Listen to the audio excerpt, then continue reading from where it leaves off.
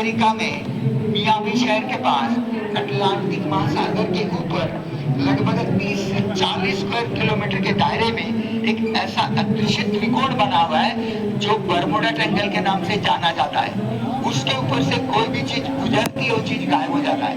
आज तक हमारे वैज्ञानिकों को पता ही नहीं चला वो चीजें कहाँ गई। और तो और उन्होंने जिनको खोज करने के लिए भेजे वे भी लापता, अभी तक वापस नहीं आए। रिकॉर्ड में बताया गया है कि अभी तक 250 हवाई जहाज, 50 समुद्री जहाज और 8000 लोग गायब हो चुके हैं। तो उस समय से उस एरिया को सील कर दिया, किसी को जाने नहीं देते। अब वो एरिया पृथ्वी के गुरुत्वाकर्षण शक्ति का मैक्सिमम पॉइंट है। आप अंदाजा लगाइए एरोप्लेन कितने किलोमीटर ऊपर से उड़ रही है। जैसे बरमुडा ट्रायंगल का एरिया को टच करता है उस अंदर खींच लेती है। तो कितनी जबरदस्त गुरुत्वाकर्षण शक्ति है वहां पर। अब वहीं पर ऐसा क्यों होता है?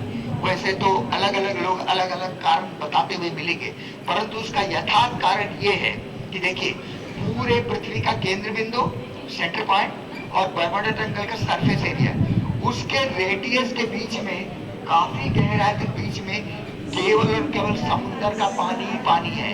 वहां पर न कोई जमीन है, न दलदल है, न बर्फ है, न तेल है, न गैस है, न काई है। बाकी हर जगह यही कुछ मौजूद है। केवल वही एकमात्र स्थान है, ये कुछ भी नहीं है, केवल समुद्र का पानी है। तो अंदर जब कोई ठोस चीज है ही नहीं और ऊपर से ठोस चीज गुजर रही है तो धरती उसको अंदर खींच लेती है, क्योंकि उसको तो अपना गड्ढा भरना है।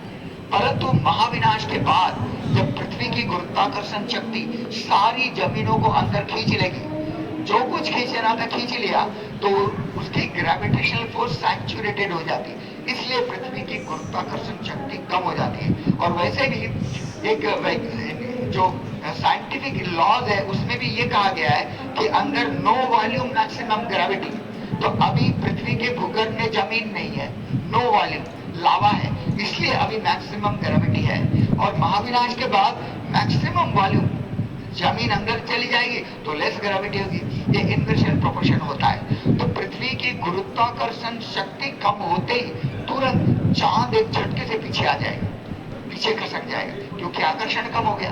और उस झटके के कारण दो काम एक साथ होते हैं। पहला काम ये होता है कि आजकल पृथ्वी के जितने भी देशों ने चांद में खोज करने के लिए चंद्रयान जैसी मशीनरी भेजी होगी, तो उस झटके के कारण वो सारी मशीनरी चांद के ऑर्बिट के बाहर फेंका जाएगा।